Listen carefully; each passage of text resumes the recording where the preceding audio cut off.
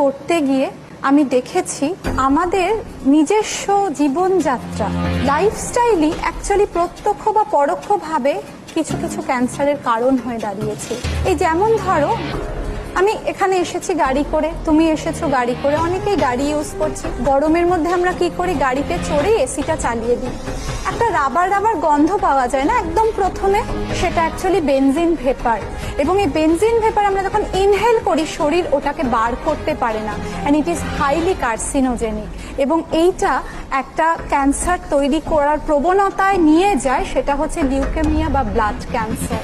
সেরকম আমরা প্রত্যেকে সেলফোন ইউজ করি, সবার হাতে সেলফোন আছে এবং ফোনে কথা বলতে থাকি ঘন্টার পর ঘন্টা। অনেক সময় হয় কি হয়, সরাসরি স্যাটেলাইট থেকে টাওয়ার হয়ে যখন কথাটা আসছে, ওটা একটা ইলেকট্রোম্যাগনেটিক ওয়েভের মাধ্যমে আসছে, এবং ওইটা যখন আমাদের শরীরে সেল পেনিট্রেট করে ঢুকে যাচ্ছে, দেয়ার ইজ আ লিমিট। আমাদের কিছু সায়েন্টিস্ট বার করে ফেলেছেন 1640 আওয়ার্স, 1640 ঘন্টা বা তার বেশি যদি কেউ সেলফোন ইউজ করে, তার 90% চান্স একটা ডেডলি টিউমার হওয়ার, সেটা হচ্ছে ব্রেন অ্যান্ড স্পাইন টিউমার। তার ওষুধ এখনো বেরোয়নি। তাই যদি দেখো দাদা, ক্যান্সারে আমাদের কত